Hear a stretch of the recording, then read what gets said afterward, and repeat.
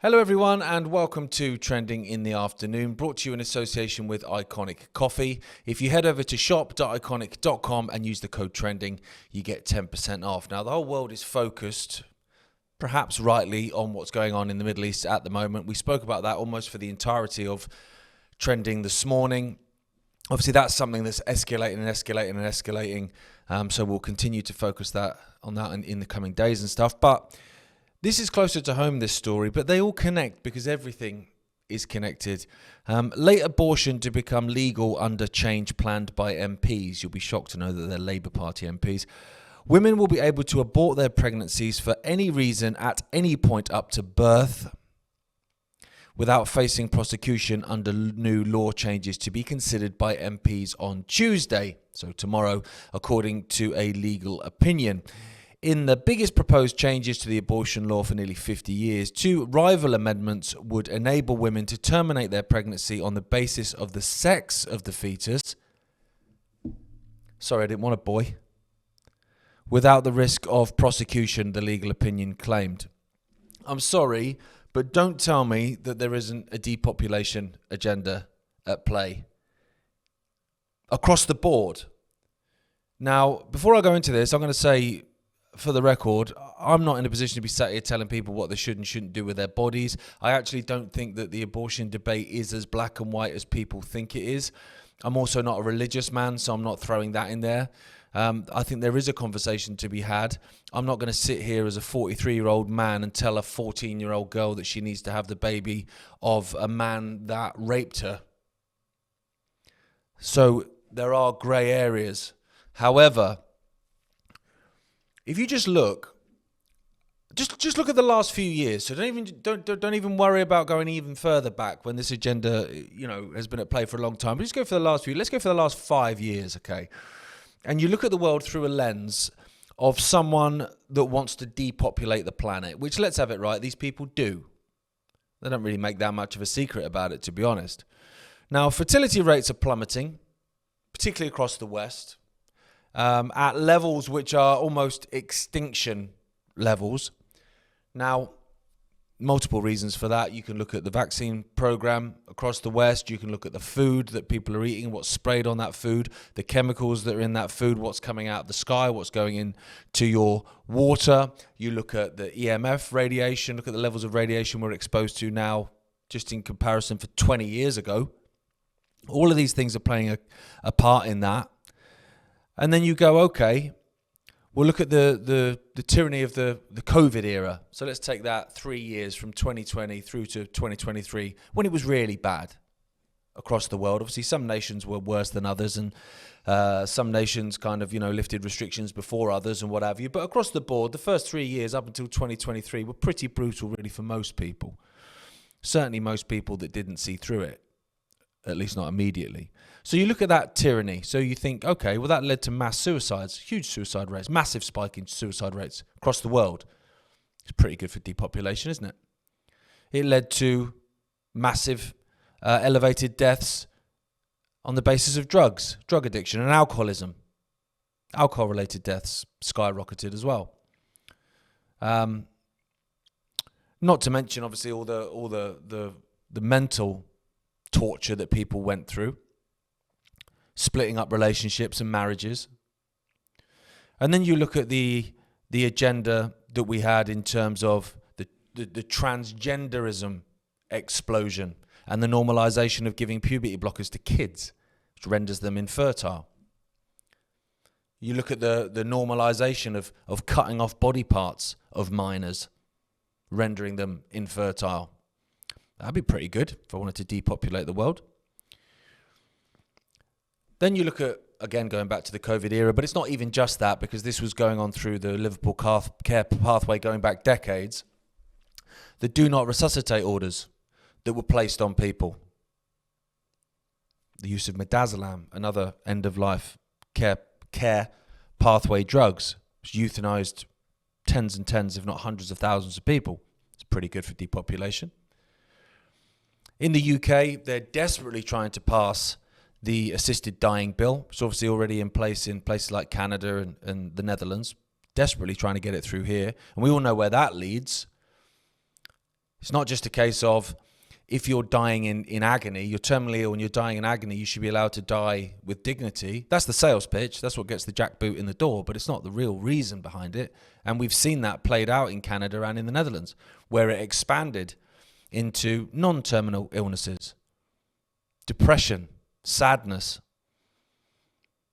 anxiety, feeling like you're a burden, all being used as an excuse to kill people, to kill children even, and teenagers with mental health issues.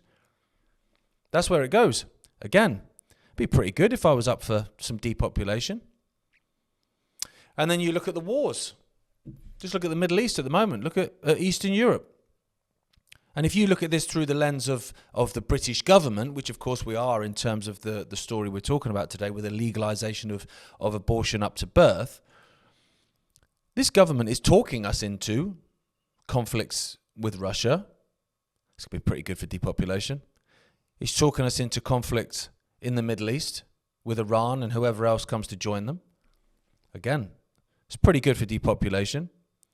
So if they're not blowing up people in war or attempting to pass euthanasia bills to get them to agree to be injected to death anyway, plus all the other aspects we've already spoken about, they're now legalizing infanticide. Let's have it right, up until birth. And again, just to reiterate the point, I think there is a conversation to be had about abortion. I'm not as black and white as some people, because the world isn't black and white. And I don't think I am in a position to tell a young girl what she can do in specific circumstances where maybe they're a victim of a grooming gang, as has happened in this country. And some people have actually gone on to have those children and raise those children. And mate, if I had a hat on, I would take it off to you. To be able to do that psychologically is absolutely unbelievable. Strength of a warrior. But not everyone is.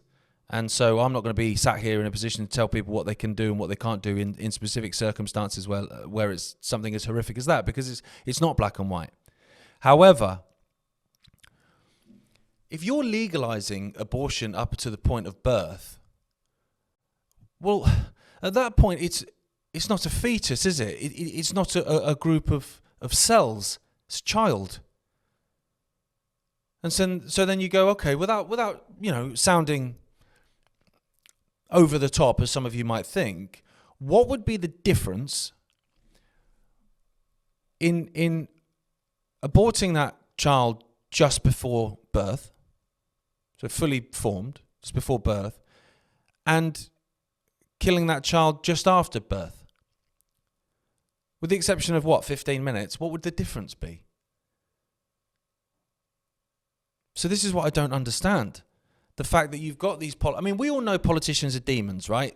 That's fine. They don't hide it very well. But they do tend to try and hide it a bit. So when you've got politicians coming out in favour, as they have done a lot of the assisted dying bill, and coming out in favour of bills like this that will make it legal to abort a child up until birth. I mean, whatever side you're on politically, I don't have a political side at all. It's all theatre to me. But surely, no matter what political side you're on, there is a right and a wrong. Like, I understand there's a little bit of tribalism here and there with certain political issues. But up until birth, that's insane. And the fact that it's openly spoken about and promoted by sitting politicians that are there to represent you, apparently, and me. So I'm told. So like I say, don't come at me and say that there isn't a depopulation agenda. Because there seriously is. There seriously is. And as I've, just laid out just in a few minutes, it's happening across the board. We're the carbon they seek to reduce. Let's have it right. That's why they make survival so difficult these days. And it's about to get harder. You look at what's going on in the Middle East and what that's going to do to energy prices and fuel prices that people already can't afford. And then you tie that into the euthanasia agenda and the assisted dying agenda if you feel like you're a burden. Well, how many people are going to become burdens because they can't afford to survive? that can't afford to fend for their kids? How many people are going to go, right, well, I can't afford to pay for my children anymore, my family, but I do have a life insurance policy. That will see them all right when I'm gone. That happens now, so imagine how much that could happen further down the line as things get worse. These people are demons. But having said that, I'm, ever the optimist, and I always try and find some light in stuff, because there generally is some. You might have to search for it. Might not be easy, but there generally is some. And in this, I think, just a few years ago, probably pre-COVID to be fair, the idea of a depopulation agenda, the idea that your elected officials don't work for you and they actually pretty much hate you, was probably a little bit tinfoil hat, a bit left field, a bit, oh, he's off on one again. It's not anymore, because they're showing themselves, they're showing their true colours. And you can have conversations about the fact that this world is run, because it's not just the UK, this world is run by anti-human forces. Where's the humanity in any of this I'm talking about? Where's the human? I ain't seeing one. And so actually I go, okay, well, you can't defeat an enemy if you don't know an enemy exists. And you can't fight against an army or an organisation or an individual not competently if you don't know what they possess, what their potential is, whether it's militarily or what they're willing to do, how they're willing to behave. So the fact that these people are showing their true colours is actually a good thing. Legalising infanticide is not a good thing, but these people exposing what they really are and exposing the anti-human depopulation agenda is a good thing, because it then becomes undeniable for those even that would seek to bury their head in the sand. That's a lot less people nowadays, ladies and gentlemen, but there's still quite a lot about. It becomes harder to do that. So once it becomes harder to do that, then those people join. They wake up and go, all right, well, I used to think you were... Mate, if I had a pound every time I've heard this in recent years, recent months even, oh, mate, I used to think you were mental. No offence taken. I used to think you were mental, but now, mate, look at what's going on. Yeah, look at what's going on. This is just part of it. That's why I said at the start, we've been talking a lot about what's going on in the Middle East in terms of the war and the deaths across the board. But it's all connected, because this is just another part of it. If you've got a depopulation agenda, yeah, sure, okay, you could drop a nuclear bomb and kill millions of people, do it in a wunner. It's a bit obvious. So what you could do is go, all right, okay, well, let's have a broad spectrum of how we can do it. Right, war, that's part of it. That's gonna kill off a lot. Right, that's great. That's a lot. We'll starve a few as well. Chuck a famine in there. We'll stick a pandemic in there. It doesn't even need to be real. As long as they believe it's real, they'll inject themselves with stuff, and we can put do not resuscitate orders on them, and we can bang them full of midazolam. That'll take out another load. We can make life unbearable for people. That'll take care of a few. We can bring in legislation that makes it legal for people to kill themselves and for us to kill them on their behalf, and then we can basically try and talk them into it. Do you think you're a burden? Yeah. Just down the corridor, mate. And now, with this, this is insane. Aborting a child up until birth is mental anyway. That's insanity. I don't understand how anyone can justify it. But to have it in there that you would be able to do that dependent on the sex of the baby.